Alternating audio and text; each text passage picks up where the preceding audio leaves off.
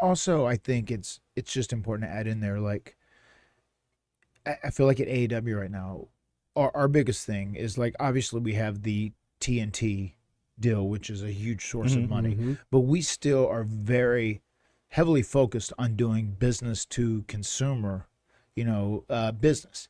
Where I feel like now more than ever, Vince McMahon and WWE, they're doing business to business, so to say. Right. Their big money came in from acquiring the Fox deal and procuring the new deal with USA, and then that huge $1 billion Peacock deal. They're making more money than they've ever made, but it's not necessarily like they're appealing to their fan base and their actual fans. They're appealing to big businesses. They're making their money business to business as opposed to like business to consumer. Right.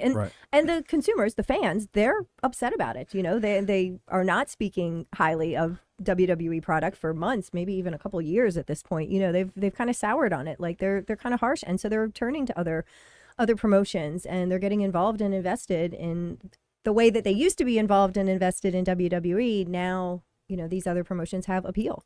I mean, we're asking them. I mean, like WWE is asking them to watch a lot of programming a week. Lot. Yeah, it is a lot. Hours and hours of it. And that's in the big scheme of things. That's just the tip of the iceberg, because then you have stuff that is social media exclusive. You want to watch the network, and you're asking them to watch all this stuff, but they want to feel like if they're going to dedicate all this time to you. And they're going to give you their eyeballs for X amount of hours or whatever, they want to be rewarded at the end with a payoff. And I think that's where they've lost their way to a degree. And I feel like AEW really does that. Like when you watch, and if you get emotionally involved in a story, you're going to get a payoff. And it's going to be appropriate. And we try and do it in a way now. And even for me, I'll admit it, because, when I was doing Broken Matt, that was a larger-than-life, supernatural type persona and character.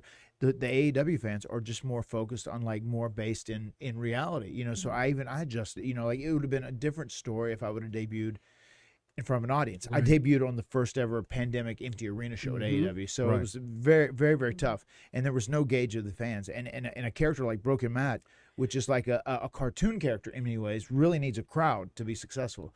So, I'd get back and change it, and I'm totally in the groove and on the pulse of what they're doing now, and it works.